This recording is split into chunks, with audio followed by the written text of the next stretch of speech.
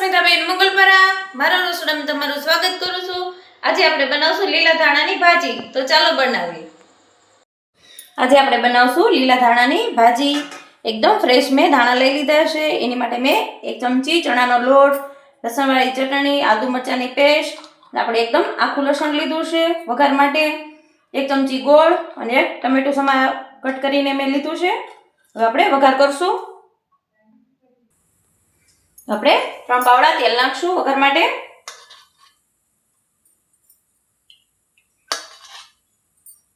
તેલને આપણે ગરમ થવા દેશું। આપણે તેલ ગરમ થાય તો આપણે ધાણાને 2 પાણી ધોઈ લેશું સરસ રીતે। એકદમ ફ્રેશ ધાણા લીધા છે।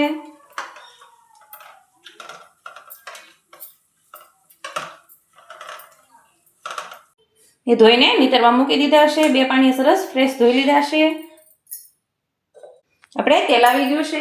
આપણે આખું લસણ લીધું છે એનાથી વઘાર કરશું। આમાં આપણે કટ નહીં કરી, મને આખા લસણનો જ વઘાર ગમે છે એટલે હું આખા લસણ જ નાખી।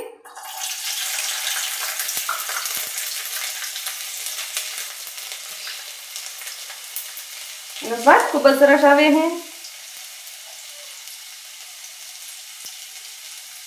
एकदम गोल्डन ब्राउन थाय ત્યાં સુધી આપણે વઘાર કરશું।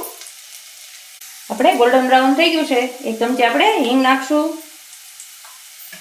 આદુ મરચાંની પેસ્ટ લીધી હતી એ નાખશું,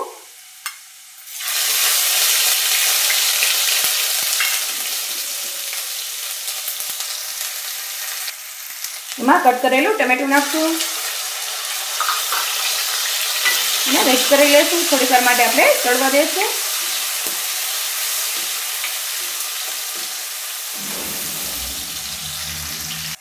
આપણે આમાં સ્વાદ પ્રમાણે મીઠું નાખશું,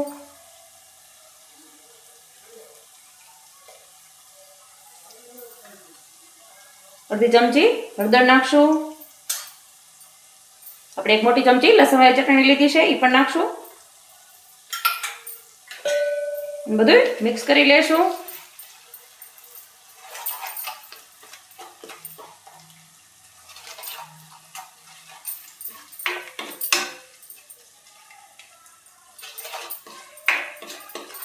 આપણે ધાણા પછી નાખશું કેમ કે એ તો 2 જ મિનિટમાં ચડી જાય। એકદમ આપણે મસાલોને સતળવા દેશું।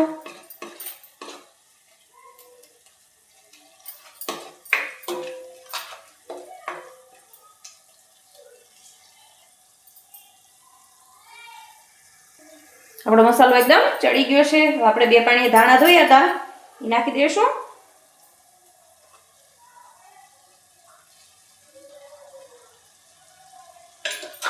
અને આપણે હલાવી લેશું।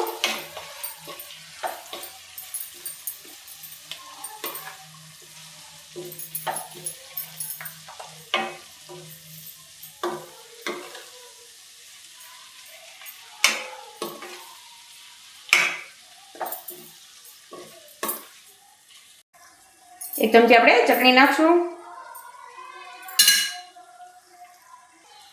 હવે મિક્સ કરી લેશું।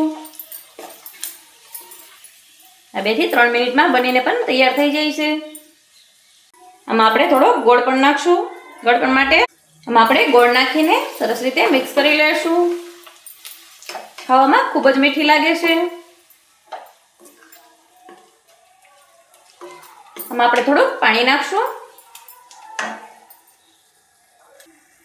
આપણે થોડુંક જ પાણી નાખવાનું છે, જાજુ આપણે પાણી નહીં નાખી, 1 થી 2 જ ઘૂંટડા પાણી નાખશું। આપણે ધીમા ગેસે થોડીક વાર માટે ચડવા દેશું। આપણે 1 ચમચી ચણાનો લોટ લીધો તો એ નાખશું, એને પણ સારી રીતે આપણે મિક્સ કરી લેશું।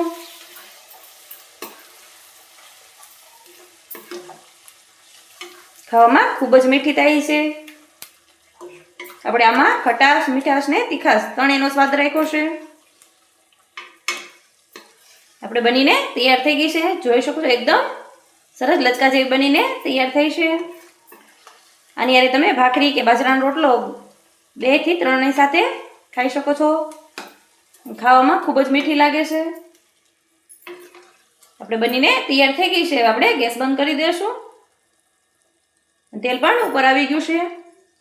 આપણા લીલા ધાણાની ભાજી બનીને તૈયાર થઈ ગઈ છે. જો મારો વિડીયો તમને ગમ્યો હોય તો વિડીયોને લાઈક, શેર અને સબસ્ક્રાઈબ જરૂરથી કરી દેજો.